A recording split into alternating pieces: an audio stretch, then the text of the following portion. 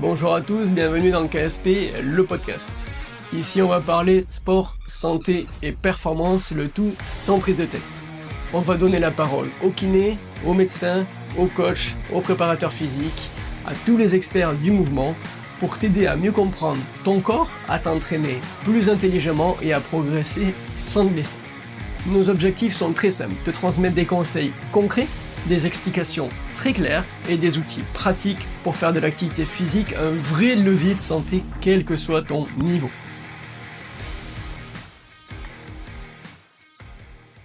De mettre un petit peu de sens là-dedans et de pas juste consommer. Des fois, vous avez dormi 10 heures, vous avez un score pourri. Ouais. Et des fois, vous avez dormi 7 heures, vous avez 90. Et ben, c'est typiquement ça. Pour l'aspect de supplémentation, il n'y a pas des sommes folles à dépenser en fait. C'est Donc j'ai envie de possible. dire, sincèrement, ça dépend des objectifs du niveau. Aujourd'hui, on va parler d'un sujet que tout le monde pense maîtriser, mais que très peu de sportifs comprennent réellement. La récupération. Bain froid, bottes de compression, pistolet de massage, étirement, sieste. On voit tout, on teste tout, mais est-ce que ça marche vraiment? Est-ce que la science valide ces méthodes? Ou est-ce qu'on est en train de perdre du temps, voire de freiner notre progression? Dans cet épisode, avec Alexandre Leclerc, fondateur d'Optim Club, on va analyser une par une toutes les stratégies de récupération. Ce qui marche vraiment, ce qui ne sert vraiment à rien, et ce qui peut même être contre-productif. Si tu fais du sport, écoute cet épisode car il peut clairement changer ta progression. Salut Alexandre, Bonjour. merci d'avoir répondu au KSP, le podcast. Avec grand plaisir. Est-ce que Alex, tu peux te présenter pour nos auditeurs? Bien sûr. Alors moi je suis Alex Leclerc, je suis kiné du sport depuis plus de 10 ans en métropole lilloise. J'ai eu l'immense privilège de côtoyer des sportifs de tout niveau pendant tout mon parcours. Nous on s'est d'ailleurs rencontrés sur des formations un petit peu sur des sujets comme la thérapie manuelle ou la kiné du sport. Donc tout ça m'a fait grandir. J'ai bossé et je bosse encore avec des athlètes professionnels comme avec des athlètes de niveau départemental. Et on essaye de mettre les mêmes curseurs de qualité pour tous. J'ai eu l'idée, il y a maintenant bientôt 2 ans, de fonder Optim Club, qui est un centre d'optimisation de la performance, où en effet on propose tout un tas de services attenant aux stratégies de récupération sportive, et on accueille tant des individuels que des équipes. Ok. Donc du coup, Optim Club, ça fait combien de temps que vous l'avez monté? Alors l'idée, elle émane de janvier 2024.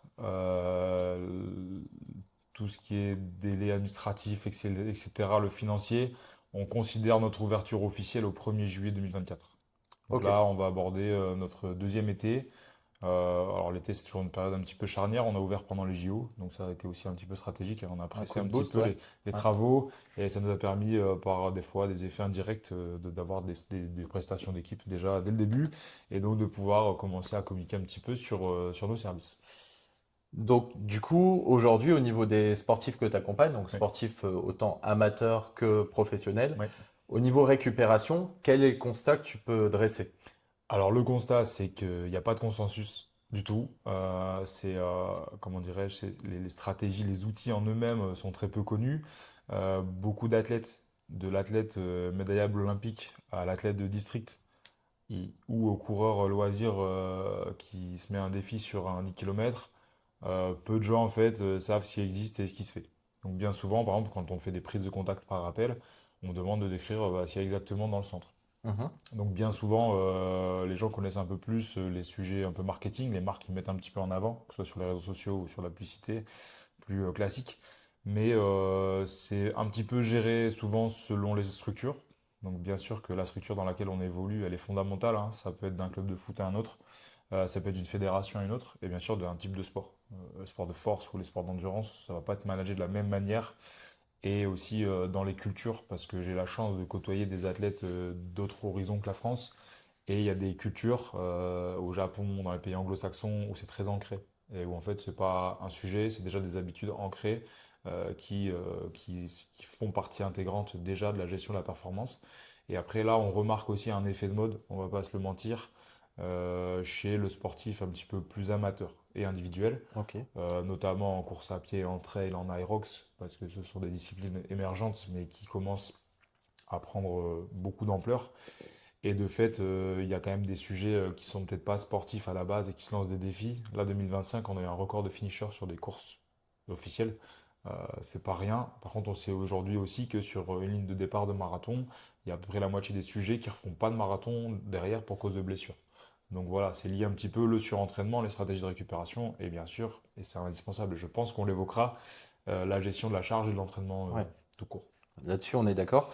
Donc, au niveau des sportifs que toi, tu accompagnes en récupération, Mais quel type, est-ce que tu accompagnes un type particulier de sportif ou vraiment ils viennent de tous horizons? alors, par effet de réseau, parce que bien sûr, qu'en soignant, alors moi j'ai une spécialisation dans la prise en charge du ligament croisé antérieur, donc j'ai forcément un public de base sportif. J'ai évolué dans des staffs d'abord de foot, sur des niveaux N2, N3, R1 notamment, et donc avec beaucoup de profils sortant des centres de formation des clubs professionnels de foot. Donc j'ai un bel ancrage football. J'ai joué il y a très longtemps, je suis pas très bon, donc j'ai atterri au rugby. Et puis ensuite j'ai un peu migré vers les sports de combat. Donc disons que par effet de réseautage professionnel, j'ai d'abord accompagné beaucoup de footballeurs. Et ensuite, tout mon parcours d'athlète, de sportif a fait que j'ai côtoyé mes ex-coéquipiers rugbymen. Et aussi l'endroit dans lequel je suis implanté, c'est le LBL Fit Club. Et il a eu, historiquement, il a accueilli pas mal de combattants de MMA sur l'accès à leur structure pour leur préparation athlétique. Et donc, par effet de réseau, cette fois-ci géographique et direct, j'ai eu pas mal de combattants. Et ensuite, un projet en appelle un autre. Donc là, aujourd'hui, on a des clubs qui viennent de manière récurrente, d'autres qui viennent de manière ponctuelle.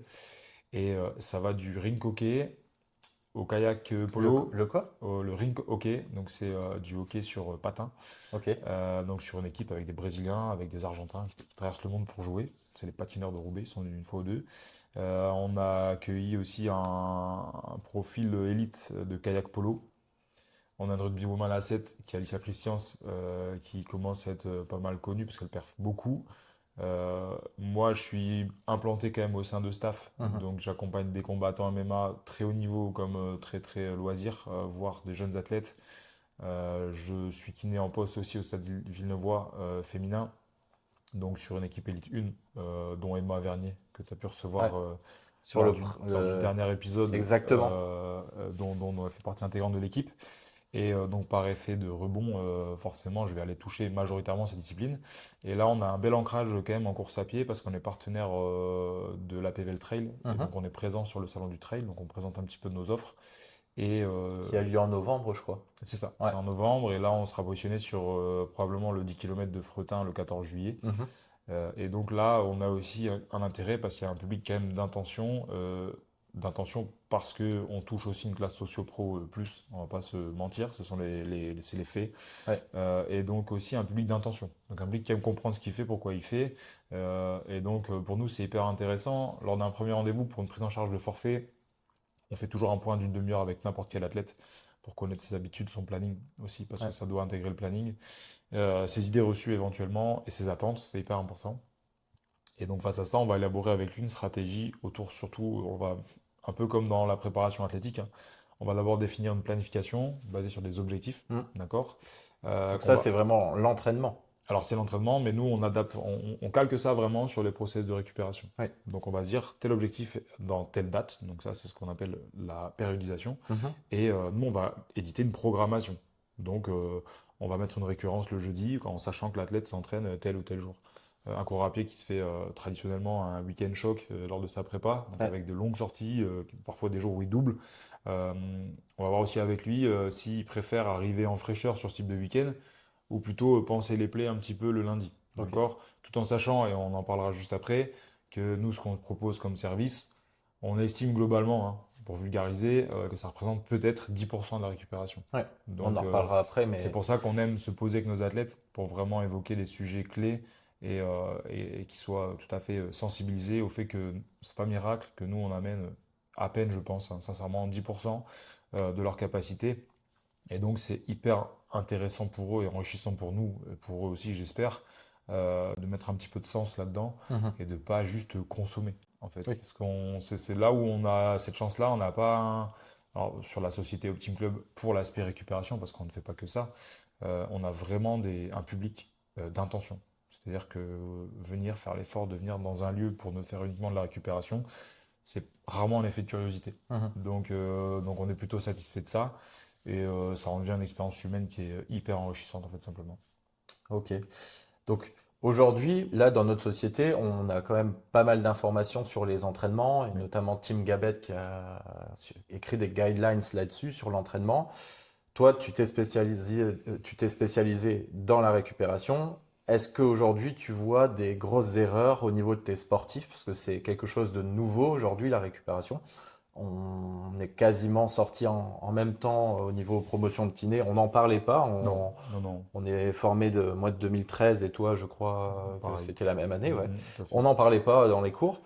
Est-ce qu'aujourd'hui, tu peux nous dire les trois plus grosses erreurs que le sportif va faire en récup?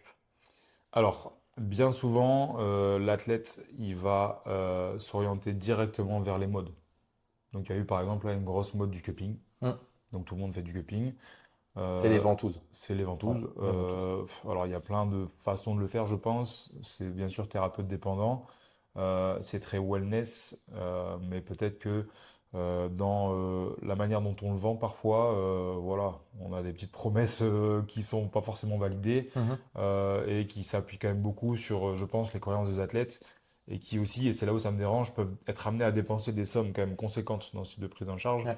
et ne pas, par exemple, se payer ou s'offrir pour souvent la même somme un, un bilan de détection de profil à risque comme vous pouvez faire, ou alors vraiment un forfait sur un accès à une structure, avec aussi, nous ce qu'on propose, c'est pas que de l'accès à des outils, il y a aussi une veille d'un kiné du sport, Hmm. ou d'une kiné du sport qui est Sarah, qui est capable de détecter, d'orienter vers un médecin du sport compétent, Ouais. et de raccrocher un petit peu le patient à un parcours thérapeutique cohérent. En fait, on propose ça aussi, hein, c'est beaucoup de cohérence. Donc bien souvent, ils s'orientent plutôt vers des effets de mode, ils cherchent absolument la passivité, Ouais. donc ça, c'est une erreur aussi. Donc la Euh, passivité, c'est c'est massage, étirement. massages parce qu'un étirement, voilà, à part se faire étirer, Ouais. mais globalement, un étirement, ça va rester un effort. Et bien souvent, il y a de moins en moins cette culture de l'effort. Ouais. Après, ce qui va être fondamental pour l'athlète, ça va être aussi d'avoir plutôt de mettre des habitudes ordinaires, mais dans un temps extraordinaire. Ouais. Donc ils ont plutôt cette tendance à faire des choses extraordinaires, hyper à la mode, hyper sexy, hyper Instagrammable aussi, Mhm. attention, on s'en Ouais. cache pas, plutôt que de privilégier le sommeil, la nutrition, l'hydratation, qui sont globalement les grands piliers, les grands fondamentaux de la physiologie, en tout cas de l'effort pour les stratégies de récupération et pour les outils de récupération. Et ça, le fait qu'il le galvaude pas mal, disons que c'est quand même un marqueur et c'est quand même assez significatif. Donc ensuite, et je terminerai par ça quant aux erreurs les plus fréquentes, le sportif, il devient de plus en plus sédentaire. C'est-à-dire qu'on a de plus en plus de gens qui se présentent sur des défis de Mhm. plus en plus importants, mais on s'attache jamais à qu'est-ce que je produis toute la journée. Ouais. Donc en fait, 10 à 12 heures d'activité, même modérée, plus 1 à 2 heures d'activité intense dans la journée, ce sera jamais compensé par même 4 à 5 heures d'activité modérée intense. Ouais. Ça, c'est pas possible. Et donc, C'est-à-dire que les gens sédentaires qui restent devant un PC, c'est ça. ils peuvent pas compenser par 1 heure le soir Je ne pense d'activité pas. physique. Le corps se nourrit de contraintes, hein, qu'elles soient Ouais. mécaniques, physiologiques ou autres.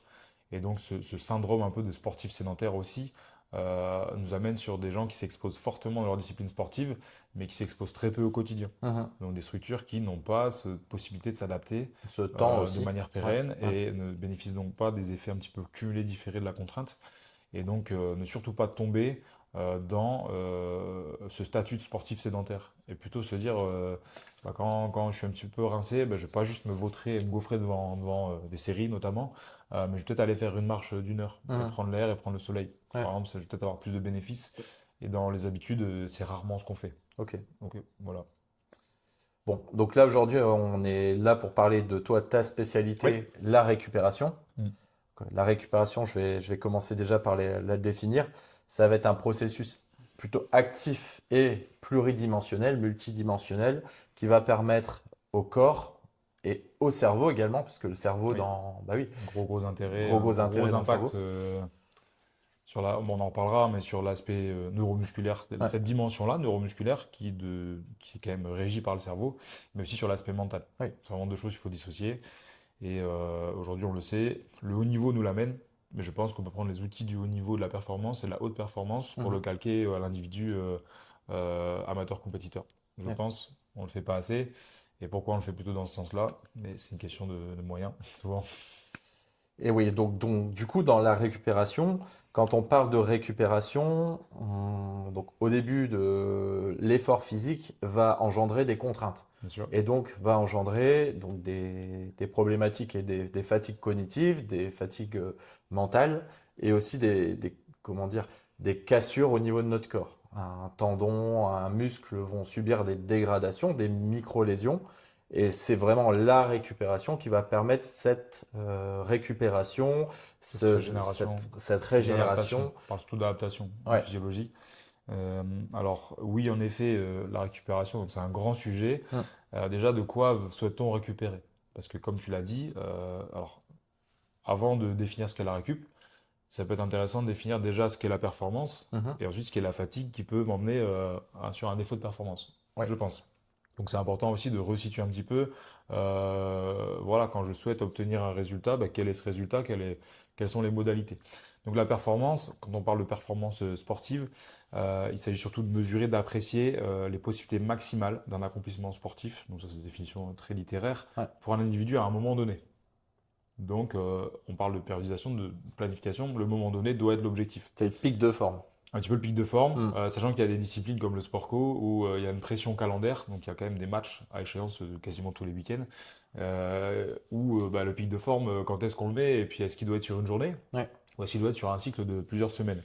Donc voilà, déjà cette performance, c'est des facteurs. Alors moi j'aime bien parler d'inducteurs de performance, hein, parce Mhm. qu'il faut bien dissocier l'inducteur, qui ressemble plus au facteur, mais qui peut être un petit peu plus proactif, hein. Le facteur de performance, ça va être peut-être ma Celui qui génétique. distribue le courrier, non? C'est aussi celui qui distribue et les amendes, et Et les les amendes, factures, et parfois les bonnes nouvelles, et les cartes postales, ou euh, l'URSSAF aussi. et l'URSSAF. Mais en fait, on va avoir donc des facteurs. Moi, j'aime bien parler d'inducteurs, l'inducteur physique, l'inducteur technique. Donc ça, c'est propre un petit peu à la préparation athlétique, à la discipline. L'aspect technico-tactique pour des sports, même individuels. Les inducteurs de performance au niveau mental, au niveau social aussi, parce que c'est un vrai sujet aussi, Ouais. l'approche sociale de la performance, et la capacité à réagir face au chaos. Donc voilà, toute cette performance-là. Le chaos, tu peux le Alors, définir? bah, le chaos en performance ou en sport, Ouais. sur du sport co, c'est assez facile, c'est l'environnement de toute façon, et l'environnement dans tout ce que ça engendre, hein. Ça peut être la météo, l'adversaire, les chaussants, le textile, Mhm. les conditions, si c'est passé la veille, Ouais. comment je suis dans ma tête, comment je suis dans mon corps, quel jour de la semaine il est. Donc, être bon face à l'incertitude. Chez le coureur à pied qui a fait ça comme moi, qui a fait une prépa trail en vacances en Guadeloupe Mhm. et qui se retrouve sur la côte d'Opale en septembre, C'est pas et la même. bah, il faut savoir réagir voilà, face à cette incertitude, ne serait-ce que météo, pas être préparé à courir dans le sable, avoir un sable glissant, avoir un sable qui accroche. C'est différent d'avoir un sable sec qui brûle, etc. Mhm. Si ce jour-là, on dort souvent moins bien, si je me suis trop hydraté, le facteur stress, enfin tout ça. Donc le chaos, c'est vraiment être capable de gérer l'environnement à l'instant T dans un degré d'incertitude élevé Mhm. et savoir y répondre de manière la plus efficiente possible, tout simplement. Et c'est pas toujours on a la notion de chaos comme un truc où rien ne va, hein, mais Ouais. des fois le chaos c'est aussi bah, tout va bien. Tout va bien, mais je suis pas habitué à ça. Ouais. Donc parlons plutôt d'incertitude que de conditions réunies. Parce Mhm. que combien d'athlètes se sont dit un jour tout est réuni pour que ça marche et ont perdu, et combien d'athlètes ont gagné des jours où rien n'allait. C'est vrai. Donc ça, voilà, C'est vrai. c'est plutôt le caractère d'incertitude dans le chaos qu'on aime définir. Et voilà, et tout ce qui prend part en fait à l'environnement, tous les facteurs extrinsèques que l'athlète ne peut pas forcément maîtriser, mais qui peut aborder de la meilleure des façons possibles. Et donc face à ça, dans la performance, dans la programmation qu'on me donne, dans ma périodisation, je vais forcément avoir aussi des marqueurs de fatigue. Là, on parle de marqueurs. Mhm. Il y a des inducteurs de fatigue, bien sûr, l'entraînement en est un, Ouais. mais ça fait partie aussi des adaptations. On doit mettre le corps sous contrainte pour qu'il s'adapte et qu'il progresse. Et donc, la fatigue, c'est bien de savoir un peu dissocier quel type de fatigue on peut avoir. Ouais. La fatigue aiguë contre la fatigue chronique, hein, Et l'évaluer. et savoir l'évaluer. Savoir l'évaluer, Tout à c'est fait. ça le plus Et même, j'ai envie de important. te dire, savoir l'auto-évaluer. Ouais. Parce qu'un athlète pro, en suivi en structure, en centre de formation, il va avoir toutes les compétences réunies autour de lui. Ouais. Là, j'en ai une en ce moment, la mère de famille qui a 3 enfants qui bosse, qui se met un défi marathon, Mhm. qui n'est pas forcément coureuse à pied de base, hein, qui court pour son loisir. Elle va forcément, comment dirais-je, avoir besoin de s'auto-évaluer. Parce qu'on se fie beaucoup à la sensation, aux perceptions, et c'est important, on en Ouais. parlera des Le bénéfices fameux perçus. RPE, par Tout exemple. à fait. Ouais. Mais à un moment donné, il existe des questionnaires bien menés qui sont disponibles et gratuits. Il existe des échelles. Il y a l'échelle de fatigue de Pichot qui se trouve assez facilement. Donc c'est un questionnaire. On essaie d'attribuer un petit peu sur un tableau des chiffres de 0 à 4 Ouais. et on a un résultat sur le total du chiffre. Lorsque le score est supérieur à 22, notamment, la fatigue à ce moment-là est excessive. Donc ça peut traduire une fatigue excessive ou un sommeil qui n'est pas forcément optimisé. Donc après, il faut toujours contextualiser aussi ces auto-évaluations. Il peut y avoir aussi la fatigue réactionnelle, c'est-à-dire que je me mets un gros effort. Ouais. Forcément, je vais être fatigué, c'est logique. Ou Ça la va être fatigue, une fatigue aiguë, alors ça. tout à fait, Ouais. qui est une fatigue aiguë, ou la fatigue pathologique, Mm. comme la fatigue chronique, qui est Ouais, ouais. un vrai syndrome. La fatigue centrale contre la fatigue périphérique, donc ça c'est encore un peu différent. Typiquement, quelqu'un qui est toute la journée stressé devant un PC, il va subir plutôt de fatigue centrale, Mhm. même s'il a mal aux jambes, même s'il se sent raide. Par centrale, on appelle fatigue plutôt cognitive C'est qui est ça, donc produite par le cerveau. exactement, cognitive avec un retentissement sur le système neurologique. Ouais. Globalement, contre une fatigue périphérique où je vais aller mettre un fractionné en côte, Ouais. automatiquement je vais avoir Là, tu te crames un peu mal à la les chaîne, papates. un Ouais. peu mal au mollet, et là c'est tout à fait logique. Et donc voilà, catégoriser ce qui est normal et ce qui ne l'est pas. Ouais. Quand c'est anormal, on parle aussi d'asthénie, ce sont des vrais syndromes. Ok. Ouais. Et donc là, si on en revient un peu à la pratique sportive, souvent. Donc on récupère, mais on récupère de quoi? Est-ce que je souhaite, est-ce qu'on va mesurer la récupération comme la capacité à rester performant ou être plus performant à l'entraînement d'après? Ouais. Est-ce qu'on va mesurer par rapport à ce qu'on appelle les DOMS, donc c'est les Delayed Onset Muscle Soreness, c'est les courbatures, hein. Bel anglais. Bel anglais, pas mal. J'ai révisé. Mais globalement, c'est les douleurs musculaires post-effort qui sont retardées. Ouais. Ok. Pourquoi retardées? Parce qu'elles apparaissent entre 12 et 48 heures, voire 72 heures, où là on a un pic. Ouais. Et donc, ça va être souvent mon facteur limitant à l'entraînement d'après. Moi, c'est Ouais, comme ça que je le présente. les courbatures, C'est ouais, pas une clairement. pathologie, c'est même plutôt bon signe. C'est-à-dire qu'on a mis l'optimal loading, donc la bonne dose pour La bonne intensité ouais, pour de avoir une travail. bonne dose réponse, en fait, on appelle ça. Donc c'est plutôt bien, faut pas tomber dans l'excès, c'est comme tout, et ça disparaît spontanément, dans tous les cas. Mm. Que je fasse des bains froids, des bottes ou autre, ça finit par disparaître. Euh, Ça, c'est lorsque, important aussi de le dire. Bien sûr, ça finit par disparaître dans tous les cas, comme une lésion musculaire, Mm. comme une douleur, comme une lombalgie aiguë, ça finit toujours bien. Ouais. Avec des adaptations des fois qui, elles, me font que je vais pas bien. Mais la courbature, si ça reste une courbature, ça disparaît. Ouais. Le grade suivant, ce qu'on appelle lésion myoaponévrotique, Mm. voire musculaire, c'est encore différent parce qu'on peut rentrer dans l'état de pathologie. Et là, en fonction il y a des grades qui déterminent des délais et un niveau un petit peu Notamment la BAMIC qui permet de les. dégradé. Ouais, Tout à fait. Donc ça, après, bon, là, c'est dans les mains du médecin du sport qui catégorise. On avec a des petits tests l'échographe. cliniques, mais Ouais. sous échographie, c'est quand même le gold standard pour Mm. évaluer. Et donc voilà, donc est-ce que je vais lutter contre les courbatures ou est-ce que pour certaines études, je vais aller évaluer les marqueurs physiologiques de l'effort? Ouais. Donc il y en a plein, il y a les lactates, qu'on Ouais. a longtemps considéré comme le grand méchant loup, Ouais, je suis et d'accord. qui Ouais. finalement serait peut-être un substrat en fait pour derrière la régénération tissulaire. Donc est-ce qu'on souhaite absolument de clairance du lactate ou pas? Mm. Ça a été longtemps un gros sujet. Et ensuite, on s'intéresse quand même très souvent, je vais prendre les deux majeurs, parce que c'est pas un cours de physiologie non plus, et je suis pas expert en physiologie, mais la créatine kinase qui est la résultante de dégradation musculaire. Ouais. Et donc ça, c'est important, c'est un des premiers marqueurs. Et donc, on peut avoir des taux élevés de créatine kinase et pas de courbature. Ouais. Et comme l'inverse.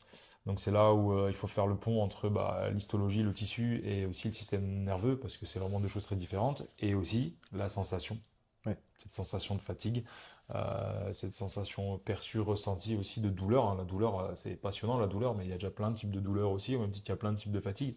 Donc je pense qu'il est capital de dire qu'est-ce qu'on mesure, qu'est-ce qu'on veut optimiser. L'idée globale sur laquelle moi je communique aux clients, aux patients, Mhm. c'est de se dire il faut juste que sur une stratégie court terme, ça te permette d'enchaîner l'entraînement suivant pour pouvoir raccrocher ta programmation au mieux et pouvoir atteindre ton objectif dans ta planification. Ouais. Euh, Et en- permettre enfin, ce qu'on appelle la surcompensation. c'est ça. C'est-à-dire la réponse positive à un entraînement, une Ex- adaptation physiologique qui Exactement. permet de progresser. Exactement, parce que si cette fatigue, ne serait-ce que musculaire, ces DOMS notamment, Mm. prennent le pas sur ma capacité à enchaîner, Mm. et ben forcément, ma dose réponse sera pas la même. Tout à fait. Parce que je vais réduire un petit peu ma charge d'entraînement. Donc déjà, le premier marqueur de surentraînement, alors il y a des questionnaires aussi qui existent, passionnants. Il y a des petits tips qu'on peut donner à l'oral, sans parler de questionnaire ou quoi évaluer. Parce Mm. que l'un comme l'autre, bon, on est kiné, un peu entrepreneur. On essaie d'être sportif et on est aussi à la À nos tête. heures perdues, Voilà, on enfin a la des nuit, enfants, mais donc ouais. on n'est pas sans savoir que parfois on peut se sentir vraiment complètement saucé, mais c'est bien de mettre des critères là-dessus aussi. Mhm. Parce que le corps l'est pas toujours. Tu peux tout être fatigué, donc là c'est la fatigue plutôt centrale, sans avoir de réponse vraiment physiologique, c'est possible. Mhm. Donc c'est important aussi de dissocier, de faire un peu d'éducatif par rapport à ça. Donc on va pas, par les stratégies et les outils de récup, amener une optimisation de la surcompensation et lever la pente, faire que ça aille plus vite, etc. Par contre, on va surtout limiter ce qui peut être amené à l'aplatir. Ouais. Donc globalement, on va essayer de maintenir le curseur à condition que la charge d'entraînement soit correcte. Donc le fondamental aussi, et tu me parlais tout à l'heure des conseils à donner aux athlètes, c'est déjà avant de penser à comment récupérer, Ouais. penser à comment je peux avoir le moins besoin de récupérer possible, Ouais. globalement. Et ça, c'est pas toujours évident, parce que Ça, c'est la gestion de l'entraînement, la tout à fait. progression. Donc ça, c'est dans les mains des prépas physiques, de beaucoup de kinés du sport aussi, hein, on va Ouais. pas se mentir, et parfois des coachs aussi, et aussi la nature de la discipline. Je pense qu'il y a des disciplines comme l'ultra trail, comme des efforts d'ultra endurance, où est-ce qu'on doit parler de surentraînement? Bah, je suis pas sûr parce que c'est une des disciplines qui exigent Mhm. un degré d'entraînement très élevé. Donc je pense qu'il faut plutôt parler de corps en capacité à gérer ces contraintes de tels entraînements. Donc aujourd'hui, oui, bosser 50 heures semaine, avoir trois enfants et préparer des 50, 80, 100 km, c'est pas que c'est impossible, mais dans la stratégie, je pense qu'il faut plutôt se dire, je vais rendre mon corps en capacité de, Ouais. et donc mettre toutes les armes à disposition pour faire en sorte de pouvoir encaisser cet entraînement, plutôt de se dire, bah oui, il s'entraîne beaucoup, c'est un qu'il soit fatigué, il en fait trop. Mhm. Ça, moi, j'essaie de lutter contre ça aussi. On est toujours plus. C'est un peu choquant, hein, quelqu'un qui fait un 100 bornes, ouais, court 100 bornes, il s'entraîne tous les jours 20 km, etc. Ouais. Mais ça choque moins quelqu'un qui court deux fois trois quarts d'heure par semaine et qui est spécialiste des séries à la mode, qui regarde tout à la télé, qui mate tous les matchs. Ouais. C'est un peu moins choquant, comme certains qui ont des régimes alimentaires très équilibrés mais très atypiques. Ça se voit de plus en plus. C'est toujours plus choquant que quelqu'un qui mange de manière un peu plus conventionnelle, qui n'est pas forcément équilibré, hein, attention. Donc voilà, c'est un peu le même registre. Donc moi j'essaie de rassurer aussi parce que j'ai beaucoup d'athlètes qui pensent en faire trop et qui culpabilisent d'en faire trop. Mhm. Donc moi ma vision c'est plutôt de leur dire si tu t'épanouis là-dedans, à partir du moment où ça t'apporte et tu t'épanouis, Ouais.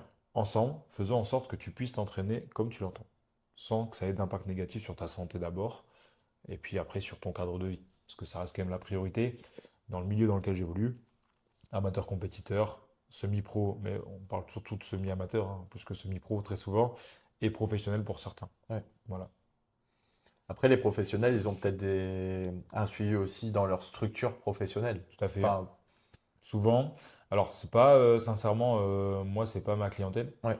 parce que oui, le joueur de foot en club, théoriquement, il a ce qu'il veut, Mhm. quoique.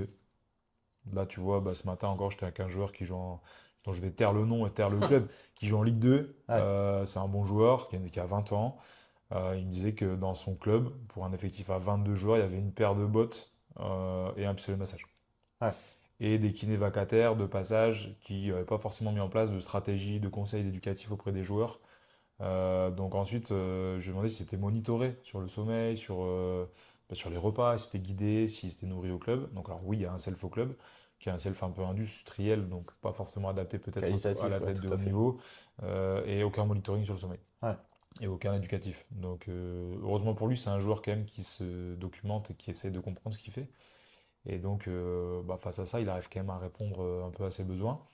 Mais voilà, même sur des clubs professionnels de foot, qui est un sport majeur avec des moyens, on a quand même autour des infrastructures où c'est pas la priorité. Ok. Ok, il faut aussi comprendre, et même dans le foot amateur, donc moi cette année j'ai bossé depuis 2 ans, là, 2 saisons, on a évolué avec l'USP Cassel qui est en N3 foot, donc ce sont des joueurs semi-professionnels pour la plupart, certains ont des contrats fédéraux, donc en Mhm. vivent. Mais il faut bien comprendre qu'au plus un club de ce niveau-là a une masse salariale importante, au moins le club peut avoir de budget aussi pour ces stratégies-là. Tout à fait, ouais. Donc nous, on essaie de rendre aussi l'offre accessible en coût parce que c'est un vrai sujet. On ne peut pas vendre des effets cumulés différés d'une approche et ne pas la rendre accessible. Mhm. Je peux fondamentalement pas te dire, Rémi, chez moi la séance c'est 150 euros, par contre il faut que tu viennes toutes les semaines. Mhm. C'est pas très cohérent en connaissant bien sûr cette population. Bien sûr, ouais. Et après, moi je fixe pas de prix à la tête, hein. J'ai déjà eu des joueurs de niveau européen, j'ai eu des combattants de niveau mondial chez moi, ils ont payé le même prix que tout le monde. Mhm. J'ai dépanné des footballeurs de dimanche matin. Ils ont payé le même prix que tout le monde parce que c'est une vision globale. C'est pas vraiment une éthique. Mais voilà, je souhaite vraiment moi, rendre mon offre accessible. Et en fait, ça veut dire aussi mettre le curseur de qualité au même niveau pour tous.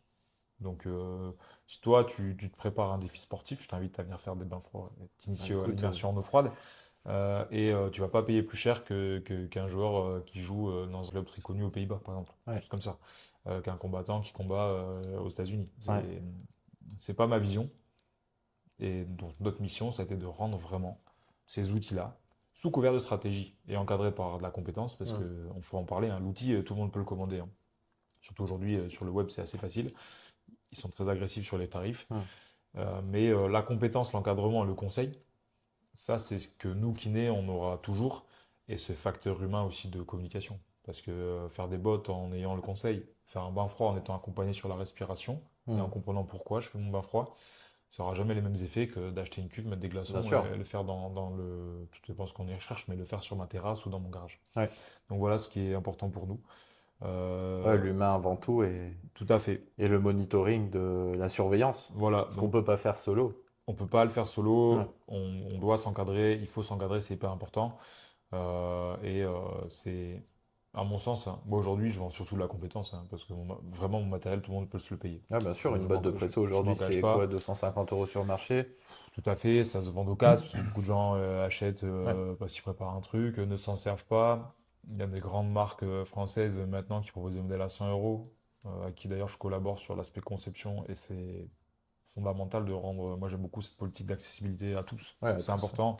Et aussi sur l'aspect wellness, parce que on est tous la tête de quelqu'un. C'est-à-dire que il y a des gens pour qui courir 2 fois semaine c'est inenvisageable, parce qu'ils trouvent ça magnifique et ils ne se sentent pas capables. Et Mm. donc il y a des gens qui ont un tout petit niveau athlétique, physique, soit parce qu'ils ont une pathologie, soit parce qu'ils ne savent pas, parce qu'ils n'arrivent pas, et Ou qu'ils n'ont pas le temps, tout simplement. ou qu'ils n'ont pas de temps, et qui vont être pleins d'admiration pour des gens qui courent 1 fois semaine, Ouais.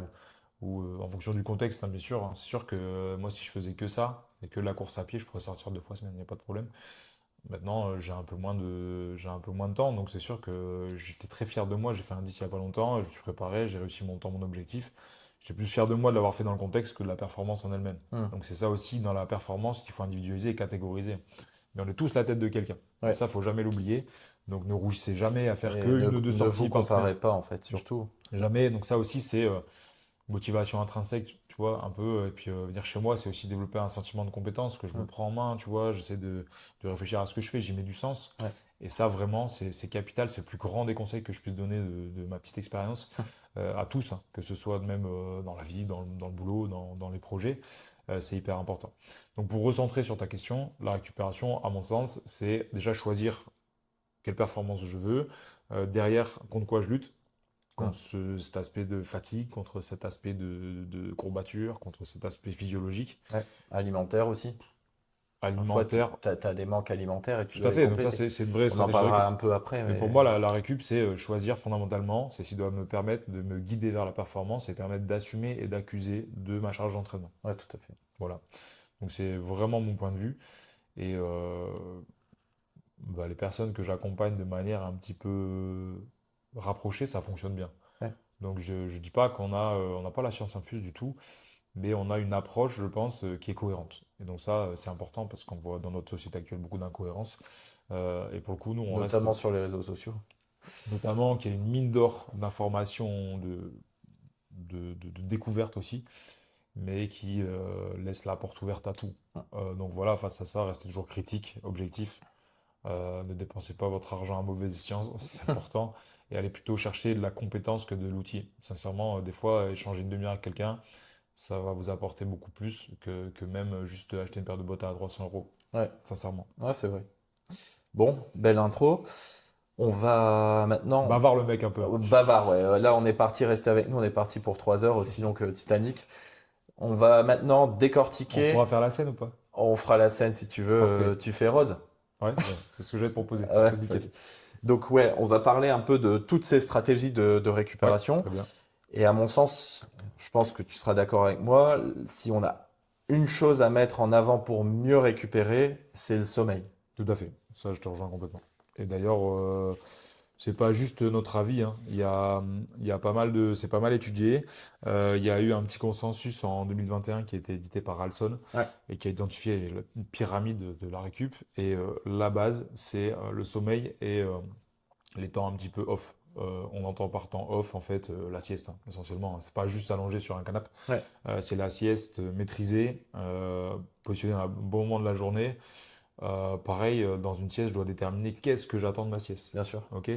Moi, je suis très fan des power naps. D'ailleurs, je fais une petite dédicace à Eli Kirich, qui est un combattant et un coach de MMA d'un certain niveau, qui évolue au Japon, pas mal, Mhm. et qui est un grand fan des power naps aussi. Et c'est impressionnant s'il a cette capacité à couper 5-10 minutes et à repartir avec nous. Ouais, Et je pense que là, on touche à l'aspect neuro, hein, par exemple. ouais. Par contre, si effectivement je me sens lâche, j'ai une grosse fatigue périphérique parce que beaucoup de séances à impact un petit peu musculaire, Ouais. là, il faut allonger un petit peu le temps parce qu'on parle de processus de régénération. Mais même là-dedans, donc ça, c'est la grosse base. C'est dans les 90%, à mon sens, hein. Le sommeil. Le sommeil, Ouais. c'est au moins la moitié, voire plus. Bah là, il y a notamment une étude scientifique qui dit que si on dort moins de 8 heures par nuit Oui. quand on est actif et qu'on cherche la performance, Mhm. moins de 8 heures par nuit, 50% de chances de plus de se blesser. Tout à fait. C'est énorme. Et ça a été vérifié en NBA notamment, où ils sont très à cheval. Faut savoir que pendant les JO, il y a quand même des athlètes qui se promenaient avec leurs coussins, avec leurs matelas perso. C'est un vrai sujet. Ouais, Parce que la literie, quand tu es basketteur pro, que tu fais 2,5 m, que tu loges même dans un hôtel de luxe, elle sera jamais adaptée. ouais. Donc c'est un vrai sujet chez les sports à gros gabarit. Le degré de fait de est-ce que le matelas est plus ou moins ferme? Est-ce que mon oreiller me convient? Hmm. Alors, je sais pas si ça t'est déjà arrivé. On est tous déjà partis en vacances, on s'est tous déjà réveillés avec un torticolis Ouais, tout ou à un fait. lumbago. Bon, nous, c'est moins impactant. Ça fera qu'on sera peut-être plus vite à l'apéro et moins vite dans la piscine. Mais Et plus on vieillit aussi, plus je trouve que tu as du mal à t'adapter à un tout à changement fait, d'itri. tout à fait, Quand tu as 20 ans, c'est facile. tout à fait. Mais parce que les habitudes, elles s'ancrent de plus en plus. Ouais, C'est pour ça qu'il vaut mieux en ancrer de bonnes tout de suite, hein. Je sais pas qu'il faut dormir à terre, mais être habitué, par contre, être commercial, je pense, être habitué à changer de literie souvent, ouais, ben, on se réhabitue aussi à tout. ouais. Je pense, mais oui, ça a un impact sur la qualité. Et chez un athlète qui derrière doit s'entraîner deux fois par jour, avec des objectifs tels que les JO, Ouais. bien sûr que dans ces niveaux-là, on prend le 1% pour gagner en efficience. Ouais. Et la literie en est un. Donc la qualité de sommeil, c'est primordial. J'ai eu la chance d'assister au Krebs à une petite Ah, matinale sur la récupération et un intervenant sommeil. Et alors, il y a les températures sur lesquelles on peut jouer ouais, pour pour optimiser son sommeil. bah, un truc que tu soulèves qui est hyper important. Alors, effectivement, on a parlé de quantitatif. Oui, Le quantitatif, on conseille en général aux gens, donc ça c'est vraiment individu dépendant. Il y a des petits dormeurs, il y a tout des à gros fait. dormeurs. Ouais, Il y a des gens qui vont avoir besoin de 6 heures pour récupérer, d'autres ça va être 9 à 10 heures. Ça va être le quantitatif, mais le plus important aussi à mon sens, c'est le qualitatif. Donc c'est pas parce qu'on dort longtemps et beaucoup qu'on dort bien. ouais, Et donc effectivement, il y a des façons d'optimiser tout ça. tout à fait. Sur l'approche en qualité avant tout. Mhm. Et aussi, est-ce qu'il vaut mieux pas dormir 5 heures ultra qualitatif que 10 heures à moitié? Ceux qui ont des montres Garmin, alors je sais pas si on peut citer des marques, n'importe, mais ceux qui ont des montres type Garmin, Ouais, type Decathlon, type Suunto, donc qui peuvent être amenés à étudier, enfin à monitorer un minimal sommeil. Alors, ça vaut ce que ça vaut. Mais des fois, vous avez dormi 10 heures, vous avez un score pourri. ouais. Et des fois, vous avez dormi 7 heures, vous avez 90. Et ben, c'est typiquement ça. C'est que les phases de sommeil, c'est important. Donc oui, on peut optimiser ça, ou en tout cas mettre toutes les chances de son côté. Donc ça passe par un oreiller et un literie adapté. Mm. On privilégie les températures basses, enfin basses, 19 degrés. Donc dormir à 20, 22, 23, ça ne permet pas d'avoir un sommeil optimisé. Il y a même des études qui montrent que plus les demi-degré par demi-degré de température dans la chambre augmente, plus le sommeil est en fait dégradé, Altéré, ouais, altéré. dégradé, bien sûr, bien Ouais. sûr. Et donc c'est un vrai sujet. On en parle aussi même. Bon, on a tous les deux migré plus vers la prise en charge du sportif, mais on a aussi, on en parle beaucoup avec les nourrissons, là, qui sont la bronchiolite Ouais. notamment. C'est un vrai sujet, c'est une On vraie nous a enlevé ce préconisation. sujet au niveau kiné, mais Voilà, mais c'est un vrai sujet de dire, bah, faites dormir les gamins à 19 degrés. ouais. Donc voilà, on sait aujourd'hui que sur l'aspect qualitatif du sommeil, ça a un gros impact, et donc c'est hyper important. En termes de lumière, Alors on parle beaucoup de la lumière bleue parce que oui, on est aujourd'hui écran dépendant tous, moi le premier, que ce soit pour le boulot, pour mes loisirs, etc. C'est compliqué aujourd'hui de vivre sans écran, je pense, en tout cas dans nos C'est métiers. impossible. Il y a moi j'ai quelques personnes autour de moi qui parviennent, mais pas de mon âge. Mais voilà, la lumière bleue, oui, c'est un sujet. Oui, ça envoie des signaux qui ne sont pas forcément adaptés à un sommeil de qualité au niveau du cerveau notamment. Notamment au niveau de la production de mélatonine. C'est Exactement, c'est là-dessus que ça a un contre-productif. impact. Mais ne serait-ce que la lumière plus classique, Ouais, c'est aussi un sujet. Donc dans l'armée, hein, c'est beaucoup étudié dans les forces armées, parce que le soldat, s'il est en poste, s'il a 2 heures pour dormir, il doit dormir 2 heures pleine balle. Il doit s'endormir vite, se réveiller bien hmm, et optimiser tous ses process. Donc c'est très très étudié dans les armées et ce médecin-là a fait une présentation donc, sur le sommeil et nous expliquait que même le petit point lumineux entre la persienne ouais, peut perturber le sommeil bien sûr. et Ouais. n'est pas optimal. Les habitudes, la position dans le lit, etc. Le petit réveil avec. La manière de se réveiller, est-ce qu'avant sommeil, on ne peut pas aussi avoir des pratiques mentales ou ne serait-ce que des approches autour de la respiration qui peuvent pas nous aider? Ouais. Il s'avère que oui. Donc voilà, La ça c'est... méditation, respiration. Et justement, au niveau de la. Alors, ça, c'est un petit conseil pour la lumière bleue. Vous pourrez regarder sur vos téléphones, mais vous avez des modes nuit et aussi des modes de Tout à lumière, ce fait, qu'on appelle les lumières rouges. Donc, cette lumière rouge, elle va avoir un impact beaucoup moins fort, en fait, sur cette production de mélatonine. tout à fait. Et il suffit de fouiller un peu dans son téléphone. Il y a maintenant beaucoup de nouveaux téléphones qui proposent ça. Mm. Il y a des lunettes aussi un petit Et peu qui fonctionnent bien sur le fait de filtrer la lumière bleue. Après, les repas, tu as un conseil au niveau des repas? Est-ce qu'il faut faire une raclette 1 heure avant de s'endormir ou pas alors pour on bien sait dormir? que manger riche et lourd avant de dormir, c'est compliqué après en termes de qualité de digestion. Donc Ouais, forcément, ça a un impact. Après, pour revenir sur la performance, et on va mettre l'athlète au cœur de la performance.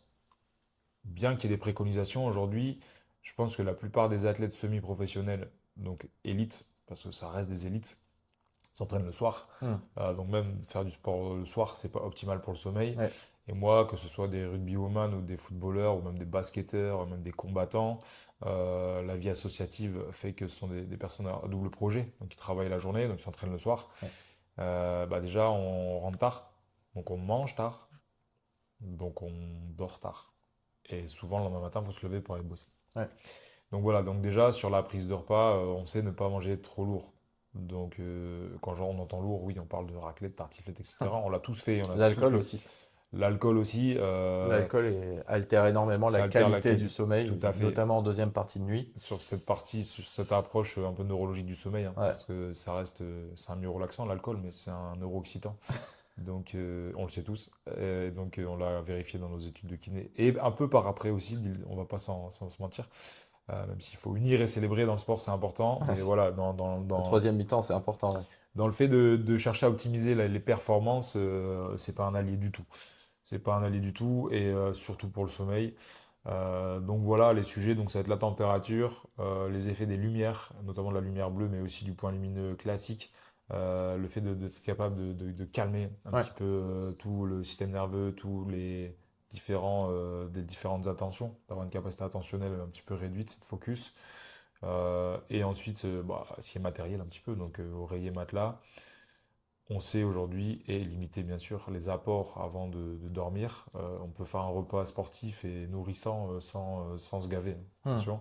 Voilà, toujours aussi rester smart, hein, contextualiser ça, faire au mieux. Mais ça peut permettre de dormir mieux et donc de récupérer beaucoup mieux. Et au niveau aussi des petits conseils, il faut pas hésiter à ce que vous écoutiez aussi ce qu'on appelle les signes d'appel du sommeil. Mm, C'est-à-dire le soir, parfois, quand on est un peu allongé dans le canapé, tout à fait. on commence à avoir des petits frissons, les yeux qui piquent, des choses comme ça. Et parfois, on se dit, ah bah tiens, je vais regarder un épisode de plus sur Netflix ou cette série-là, elle est trop prenante, je veux vraiment aller jusqu'au bout, il me reste 17 minutes. Ou je vais traiter mes 35 messages WhatsApp non traités du jour aussi. Ouais, Ça arrive souvent. tout à fait. Et ce qu'il faut savoir, c'est que on a des cycles du sommeil de 1h30, à peu près Mhm. 90 minutes. Et parfois, si on loupe le train du sommeil qui passe, on va devoir attendre 1h30 avant qu'il repasse. Donc parfois, s'il est 22 heures et que vous commencez à sentir cet appel du sommeil, bah, prenez-le, surtout si vous êtes crevé. Plonger. Parce que sinon, après, vous risquez d'attendre que le train repasse jusque. Moi, à titre perso, c'est une stratégie que j'ai longtemps dénigrée. Donc, je décalais volontairement Ouais. parce que je bossais surtout le soir. Depuis peu, je me suis mis à m'écouter. Donc, parfois, je m'endors à 21h, 21h30 et je me réveille à 4-5 heures du matin, mais en forme.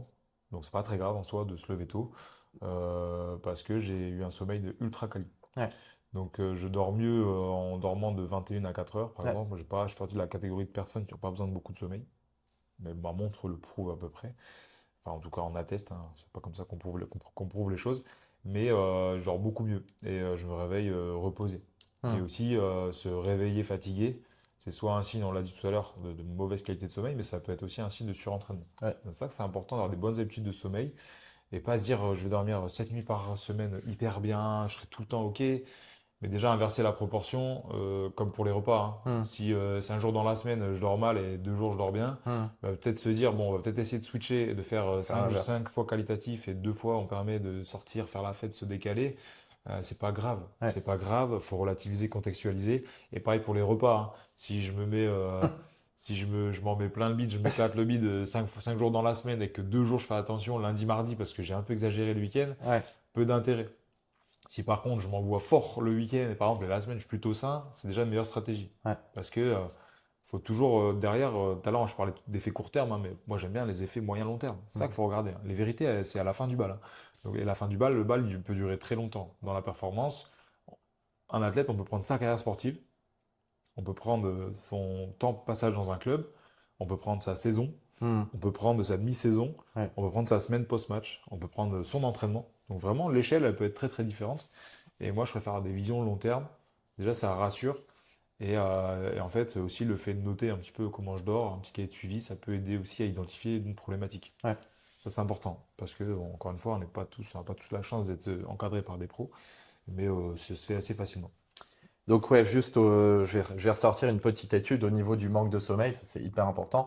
Donc au niveau, donc ça c'est une méta-analyse de Jonathan Craven en 2022 qui a étudié 1000 sportifs, 959 participants exactement. Et en gros, il a étudié l'impact d'un manque de sommeil aigu. Donc là, tous les athlètes étudiés avaient dormi moins de 6 heures la nuit d'avant leur performance. Et donc, lorsque vous dormez moins de 6 heures, il a montré qu'on avait une altération globale de la performance de 7,56%, globalement 8%, ce qui est énorme. Et les impacts les plus forts étaient au niveau de 20% au niveau des tâches cognitives. Donc, c'était le cerveau en 1 qui était touché par cette privation de sommeil. En 2, on va avoir l'endurance de force à 10%, la puissance anaérobie à 7%, l'endurance à 5%, et enfin la force, la qualité de force. Donc ça va être soulevé du très lourd sur Peu de très temps. peu de temps, très peu de répétitions, à 3%. Et il a montré aussi, ça c'est hyper important, que cette privation aiguë de sommeil avait un impact plus délétère si on se levait plus tôt que d'habitude que si on se couchait plus tard que d'habitude. Ça, c'est l'heure du réveil va influer plus négativement que l'heure Que du l'heure du coucher. coucher. Ouais, si vous voyez plus tôt, ça va vous impacter plus que si vous couchez plus tard. Et ce qui est hyper important aussi au niveau de la performance, c'est qu'il a analysé que les personnes qui avaient leur match en début de journée, en début de matinée, donc ceux qui avaient des matchs à 8h, 9h, 10h du matin, étaient moins impactés par cette perte de performance que les personnes qui avaient des matchs en fin de journée.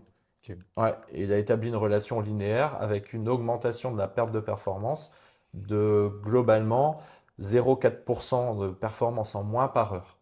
C'est-à-dire que si vous avez un match à 20 heures et que vous avez vraiment fait une courte nuit, ben vous aurez plus de mal que si votre match est à 13 heures en journée. Et je pense qu'au-delà de la performance, et c'est intéressant, on place le cerveau au milieu un petit peu du game.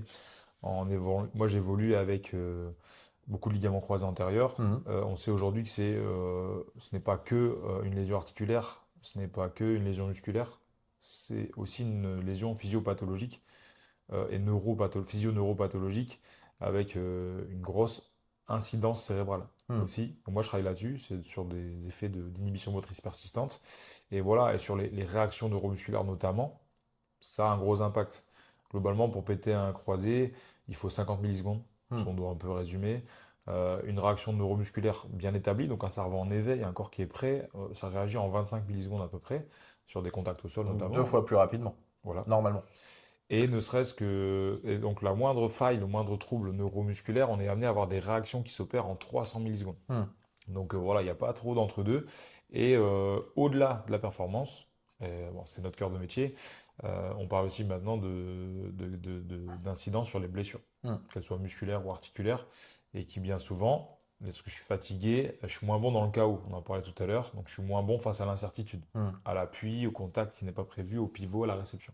Et donc c'est là-dessus où effectivement bah, le sommeil c'est primordial et aujourd'hui peut-être un petit peu trop galvaudé, je pense. Oh, c'est de la priorité, mais c'est presque quelque chose qui est assez facile et peu coûteux au final en Tout à mise en fait. place. Mhm. Et on a aussi cette privation de sommeil, elle a un impact aussi sur l'anxiété. Elle va augmenter l'anxiété, la dépression. On sait aussi notamment que enfin, les athlètes qui s'entraînent énormément avec beaucoup de concessions, que ce soit familiales, Professionnel aussi, bien professionnelles, sûr. surtout énormément, s'ils dorment mal, c'est des gens qui vont avoir tendance à plus facilement déclencher des dépressions, des anxiétés, des difficultés à aller s'entraîner, des pertes de motivation. Et cette dépression, elle aura un impact négatif sur leur performance. Et pour revenir sur la sieste, c'est hyper important parce que on peut imaginer qu'une nuit, je sais pas, votre enfant vous réveille en pleine nuit. C'est rare. C'est rare, ouais. Ça Ça dépend arrive. quel âge il a. Moi, ils ont grandi, mais Ah, ils ont grandi. ça a été le cas à une époque. Ouais, Mais tout à ouais, fait. voilà. Et la sieste, c'est effectivement aussi quelque chose qu'on peut mettre en Bien sûr, place pour les mauvais dormeurs la nuit.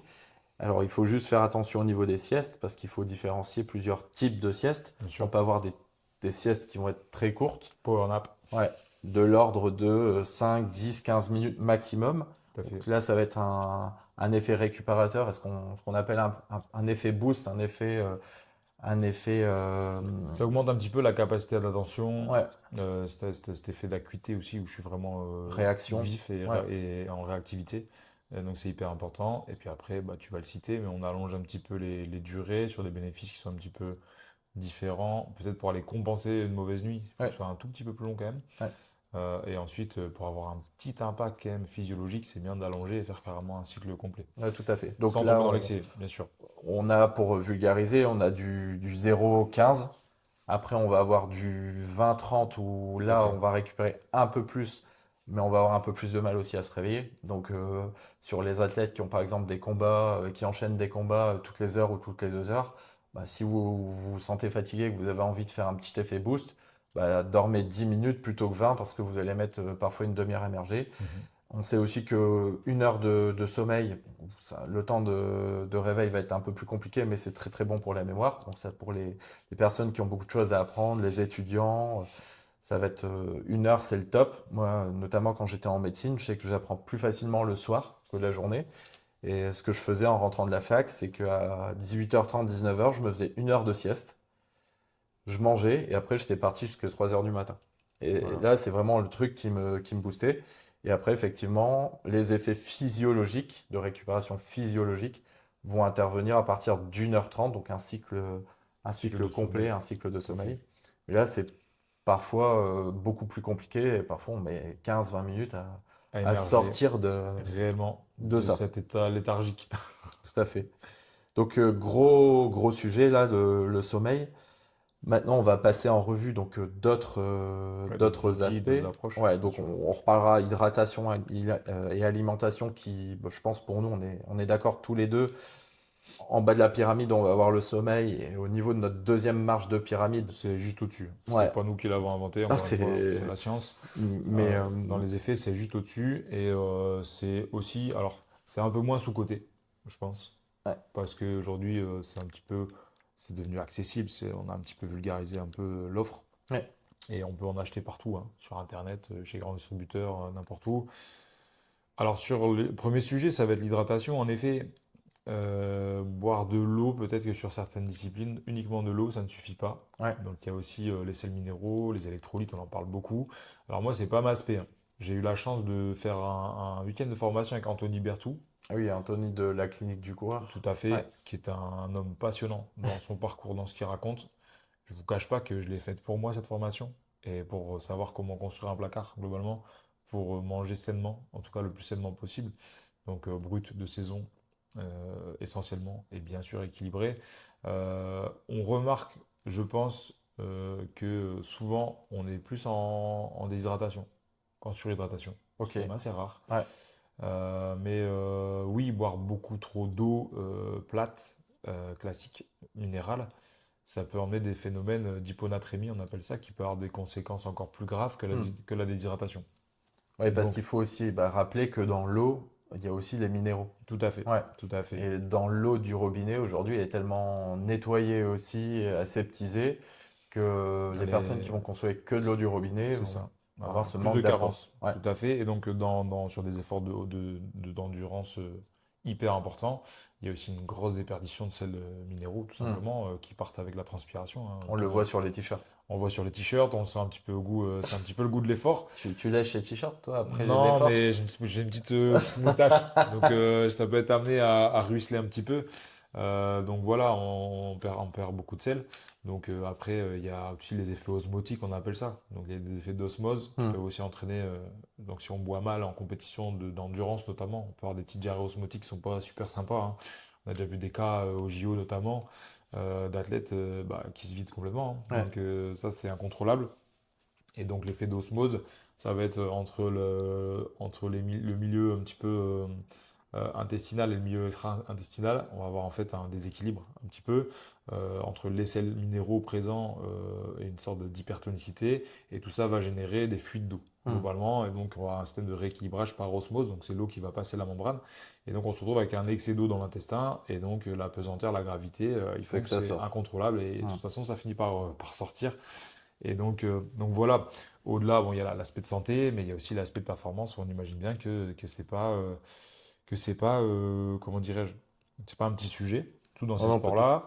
Dans les sports de force, c'est pas trop, je pense que c'est peut-être un peu moins impactant. Maintenant, il y a des disciplines comme le CrossFit, où c'est des journées à 5 WOD en compétition, donc c'est Hmm. pas rien. Donc là, il y a aussi peut-être une stratégie à adopter face à ça. Encore une fois, faites appel aux bonnes compétences, les bonnes personnes, hein. Donc allez voir un nutritionniste, un diététicien. Il y a même, moi je travaille beaucoup avec Diet Fitness Mark, c'est une boutique de supplémentation, c'est tenu par des passionnés, Hmm. ils sont plein de bons conseils. Et c'est pareil, hein, on en parlera après pour la nutrition, sur l'aspect de supplémentation, Ouais. bah, il n'y a pas des sommes folles à dépenser en fait. Et donc il y a des choses qui sont aussi un peu sous-cotées dans cette approche et dans ces apports. Et sur l'hydratation aussi, je vais venir sur un sujet, c'est l'hydratation au long cours. Donc l'hydratation sur toute la vie, ça peut avoir un impact sur l'épaisseur, enfin la viscosité du sang. Ouais. Donc j'ai dû moi faire des examens cardiaques à titre perso, donc j'en ai un peu parlé au cardio, et il me disait que c'était la clé pour pas mal de pathologies cardiaques, de bien hydrater au long cours, donc sur toute la vie. Pas juste parce que je m'entraîne entre mes 35 et mes 40 ans à la course à pied. Et donc l'hydratation est un vrai sujet aussi de ce point de vue-là. Donc c'est hyper important. Et donc au niveau conseil, on conseille quoi? 1,5 litre, 2 litres d'eau par jour?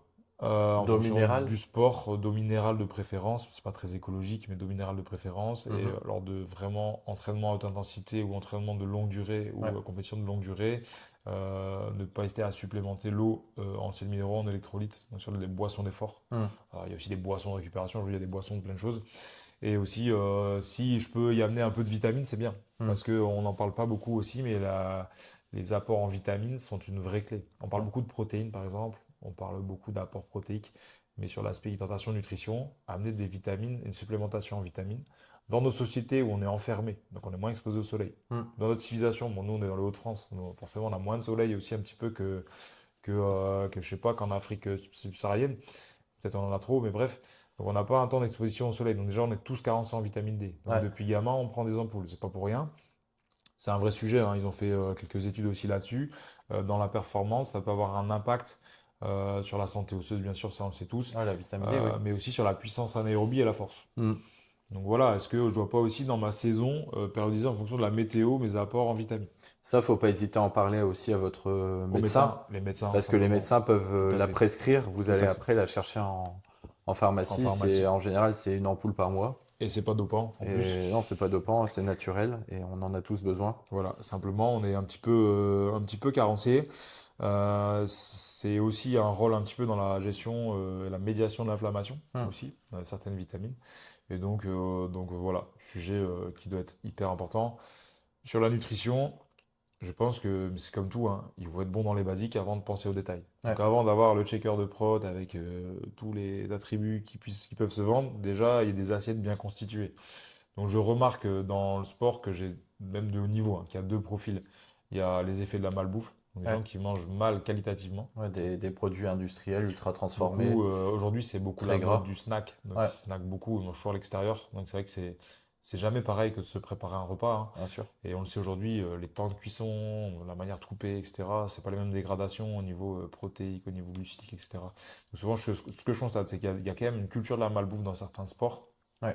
et ça les choque pas. Mais c'est aussi enfin, chez des sportifs qui n'ont pas forcément le temps. Tout En à fait, fait, aussi, bien notamment sûr. chez les sportifs qui ont un double projet, Mhm. bon, bah, notamment les filles de Villeneuve d'Ascq qu'on a accompagnées tous les deux et on en a parlé avec Emma la dernière fois. Bon, il faut se dire aussi que les filles, elles ont en général le matin, elles se lèvent, elles vont bosser, le midi, elles ont muscu, l'après-midi, elles retournent sur Bosser, leur lieu de bien travail. souvent. Elles arrivent en fin d'après-midi, l'entraînement c'est quoi? 18, C'est 19? convocation, le début de l'entraînement, bien souvent, c'est 18. Certaines, alors, elles font la muscu plutôt avant l'entraînement. Donc, on est sur un bloc de 17h à 20h30 de sport, hein, c'est pas rien. Ouais, Donc voilà, de temps en temps, elles passent me voir entre deux parce qu'on a une permanence kiné. ouais. Mais oui, Et donc les filles, elles rentrent concrètement chez elles c'est à... une grosse logistique. Ouais, C'est une grosse logistique. Et donc souvent, donc là, on sort là du, tu vois, on parlait de profil. Moi, je te parle de profils qui sortent après entraînement manger un tacos, qui bien sortent sûr. après l'entraînement systématiquement manger des brochettes de poulet, Ouais, mais un peu plutôt fast-food que la brochette marinée de poulet, de blanc de poulet. Donc là, on parle un peu de malbouffe, donc je pense qu'il y a des carences dans les apports. Ils ah, bien mangent sûr. suffisamment, ils ont suffisamment de calories, mais il y a des carences dans les apports. Là, tu vois, les filles, par exemple, alors, je suis pas expert nutrition, mais c'est toute une logistique. Ça coûte cher aujourd'hui de bien manger aussi, attention, hein, donc c'est un Hmm. vrai sujet. La viande, elle n'a jamais coûté aussi cher, je pense. Mais voilà, il y a toujours des stratégies de volume, etc., sur lesquelles on peut travailler. Mais souvent, je remarque que l'athlète, à partir d'un certain niveau, il est plutôt en sous-alimentation Hmm. ou en carence qu'en excès. Donc c'est pas même le footeux qui va être un peu gras en rentrant de ça, c'est donc des vacances. Bah, souvent il va être hyper carencé. Donc je remarque ces effets-là.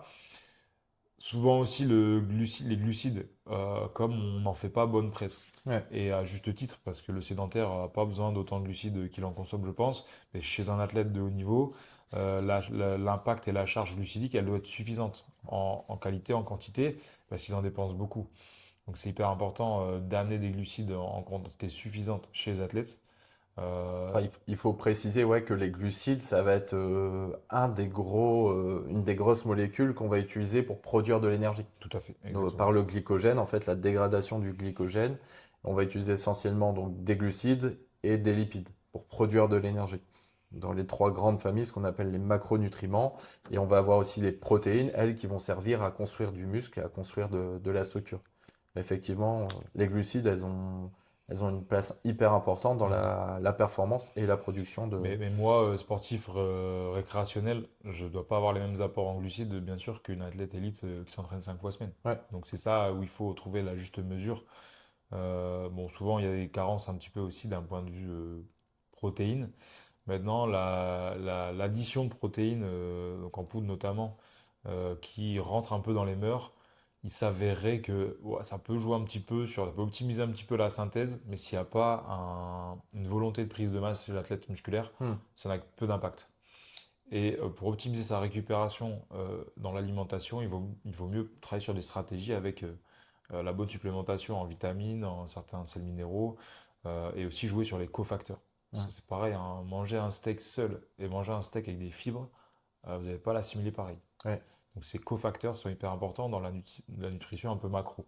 Et après, dans la supplémentation, faut être smart, donc faut se faire conseiller pour pas prendre pour prendre, hein. Moi, je suis le premier, j'étais dans un magasin, je prépare une course à pied, je n'ai pas le temps de manger le midi. Donc c'est un bon, par contre, pour compenser le fait de sauter les repas, Ouais. ça marche bien, accompagné d'un fruit, c'est idéal. Mais voilà, il faut pas se sous-alimenter quand on est athlète, c'est hyper important pour la performance et la récupération. C'est capital. Se garder quand même des repas plaisir. Ouais. Parce qu'il ne faut pas oublier que la table, avant tout, ça doit être convivial, c'est un moment sympa. Manger en pleine conscience, c'est important. Alors je te dis ça, je bosse beaucoup, donc je mange souvent sur le pouce. Ouais. Donc crois-moi, je sais ce que c'est de prendre le temps de manger en pleine conscience parce que je le savoure. Et on ne le fait pas assez. Et manger en pleine conscience, ça c'est Anthony Berthoud qui parle de ça dans ses formations. C'est vraiment être, je suis focus sur mon assiette, je prends le temps de mâcher, Hmm. je prends le temps de goûter les saveurs, de découvrir. Et ça, moi je l'ai inculqué à mes enfants très tôt et je regrette pas parce qu'aujourd'hui ils mangent de tout, ils sont plutôt en forme. Et on n'a pas trop de problématiques de poids, de développement ou autre, mais ils sont surtout curieux de la nourriture. Et ils ont une vision plaisir de la nourriture. Ça, c'est Sans que important. ce soit forcément, on ne doit pas assimiler le plaisir en nourriture à du gras, à du salé, à des crasses, Ouais. mais on peut l'assimiler à des plats jolis, colorés, bien équilibrés et très nourrissants. Très nourrissants. Et voilà, et dernier point, je pense que certains lipides sont galvaudés aussi. Ouais. Notamment Donc, les oméga 3. tout à fait. Donc, qui sont un réel banger pour gérer le caractère inflammatoire, même sur des pathologies. Donc ça, se supplémenter, c'est assez facile. Bon, on les trouve aussi facilement dans l'alimentation, donc dans tout ce qui va être Alors, poisson gras, les tout à sardines, fait. le saumon. Alors, le Où saumon. là, la barrière, elle peut être, attention, je suis d'accord avec toi, je suis entièrement d'accord, la barrière, elle peut être économique. Parce que, Ouais. alors, pas les sardines, Non, mais les sardines, il faut aimer déjà. Mais le saumon, voilà, ça commence à coûter cher de c'est manger cher du le saumon. saumon. Ouais.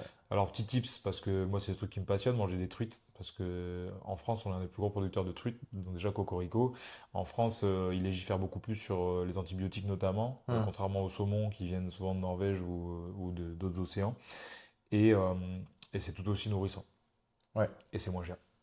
Voilà. Donc, si Vous jamais. allez dans l'étang du coin et puis Exactement, le dimanche pêche à la matin, truite tous les dimanches. ça détend en Tous les plus. dimanches, c'est hyper important. Donc ça, c'était blague à part. Dans les huiles.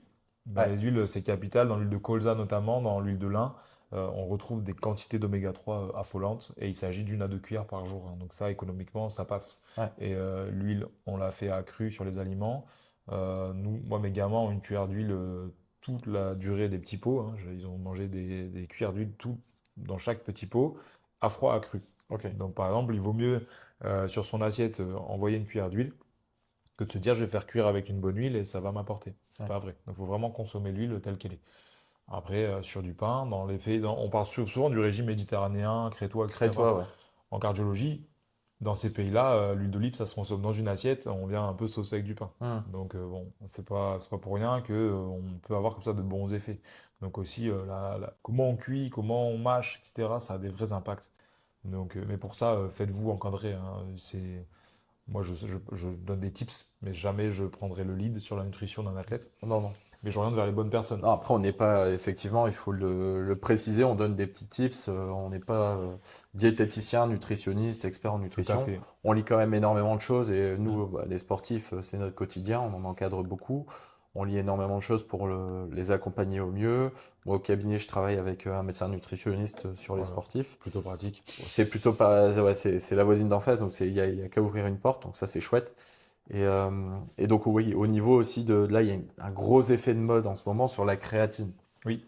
Alors, est-ce que la créatine, ça permet de mieux récupérer? Alors, ce qu'on sait de la créatine, c'est qu'en termes de synthèse, ça aide fortement. Hmm. En termes d'état de vigilance aussi, ça aide fortement. Ça aide à réguler aussi certains taux hormonaux, Mhm. comme la testostérone chez l'homme, même si la femme elle en produit également. Donc, c'est des vrais sujets. Après, on a su s'en passer aussi. Oui. Donc, c'est comme tout. On a longtemps cru que ça altérait fortement les membranes au niveau rénal notamment. Ça s'avère que c'est pas nécessairement le cas. Après, aujourd'hui, le problème, on en parlait tout à l'heure, c'est que face aux réseaux sociaux, beaucoup disent, ben non, moi j'ai fait des prises de sang, vous voyez, j'ai rien. Mais une étude scientifique, ça n'est pas ça. Prouver, ça n'est pas ça. Ouais. Il faut quand même qu'il y ait une cohorte maximale pour se dire non, il n'y a pas d'effet. D'individus maximaux en Exactement. double aveugle si c'est Donc j'ai envie de possible. dire, sincèrement, ça dépend des objectifs du niveau. Ouais. Mais pas prendre pour prendre, ça c'est la dernière des erreurs. Il semblerait par contre que oui, il y a un impact sur la performance Sur la mesurable. force aussi. La force, les capacités de sprint, Ouais. c'est quand même assez étudié. Cet état de vigilance un petit peu, cette capacité attentionnelle aussi, ça joue. Mm. Et aussi sur un état d'éveil global qui est quand même toujours plus intéressant. Mm. Mais je pense que le mode de vie peut amener ça. Ouais. Le mode de vie peut amener cet état-là et ces effets-là. Donc voilà, quand le mode de vie ne le permet pas, pourquoi pas? Mais si on peut aller chercher ces effets ailleurs, pourquoi pas. Mais voilà, moi j'ai rien contre, au contraire, je peux être le premier à en prendre. Bien respecter les dosages, c'est important. Pas se dire au plus le mieux, parce que des fois c'est au plus le pire. Ouais, Donc vraiment être très très bon il dans faut le éviter dosage, le être cohérent. surdosage. Ouais. Le surdosage ou le sous-dosage aussi, Ouais, et vraiment se faire encadrer. Il faut toujours cadrer ça. Pour ouais. moi, c'est hyper important. Il faut de toute façon, je pense, légiférer les pratiques. Donc si tout le monde en prend, bah, autant qu'on le prenne bien. Et donc face à ça, bah, pour légiférer une pratique, on fait appel vraiment aux spécialistes du domaine. Donc bah, les médecins, hein. Il y a pas d'autre voie à mon sens. Nutritionnistes, encore mieux, voire les diététiciens qui sont aussi pour moi les experts terrain un peu de la nutrition. Donc c'est toujours intéressant parce que ces gens ils sont hyper passionnés Hum. et qui dans cette passion ont toujours cette veille littéraire. Et ça c'est intéressant d'avoir toujours le côté je crois, j'ai des convictions, j'y vais, mais derrière attention veille scientifique et je suis très critique par rapport à ce que je fais. Ça me semble important et individualiser au max parce qu'on n'est pas tous au même poids, on n'a pas tous la même manière de réagir à ce qu'on mange et on ne fait pas tous le même sport On et n'a au pas même tous volume. les mêmes besoins et on réagit pas tous non plus à la prise de certains nutriments. Tout à fait, Ouais, exactement. ça c'est vraiment Donc ça individu c'est dépendant. capital de consulter. Et au niveau des petits conseils aussi qu'on voudrait donner, donc sur les super aliments, les super produits, on a la curcumine qui va être hyper Tout à fait. importante, qui est un antioxydant. Quand on va faire de l'activité physique, de la performance, on va être attaqué en quelque Mhm. sorte et nos cellules vont être attaquées, vont s'oxyder à cause de l'oxygène qui va permettre de produire de l'énergie. Donc la curcumine, c'est un antioxydant hyper important. Et ça tamponne en fait aussi les radicaux libres. Oui, C'est ça l'intérêt. Que ouais, le radical libre, on sait que au-delà d'altérer le caractère inflammatoire, on sait que sur certaines pathologies, comme le cancer comme par le exemple. cancer notamment et surtout, c'est surtout l'excès de radicaux libres qui peut amener comme ça à terme, hein. Alors, c'est pas tout le temps le cas, mais en tout cas, Ouais. ça peut favoriser l'apparition de cancer. Donc c'est un vrai sujet qu'il faut pas galvauder. Donc la curcumine, ouais, je te rejoins complètement. Et on a aussi, donc ça, c'est des effets aussi qui ont été démontrés par de la science. Le jus de betterave, Oui, le jus de cerise qui va être aussi plutôt pas mal en récup. Tout ce qui va être cranberries aussi. Et donc ça, c'est des choses sur lesquelles vous pouvez vous renseigner. C'est accessible en commerce, c'est pas des choses qui vont être très onéreux et non, qui peuvent être c'est mis des en place. bonnes habitudes, tout à fait. Ouais, c'est Ouais, bien ça. sûr. Les mettre en place dans l'alimentation facilement. Bon, on a déjà fait donc notre grosse base de la pyramide. Donc Tout à fait. déjà, si vous maîtrisez ces trois choses-là et que vous faites attention à Donc au ces rugby, trois on appelle ça choses-là, les fondamentaux. On a respecté les fondamentaux. ah ouais, voilà. Mm. Et donc après, comme tu dis, il y a les 10% qui vont Les rester. restants, tout à fait. Merci d'avoir écouté KSP, le podcast. On a vu avec Alexandre Leclerc que les grands piliers de la récupération étaient en 1, le sommeil, en 2, l'hydratation, en 3, l'alimentation.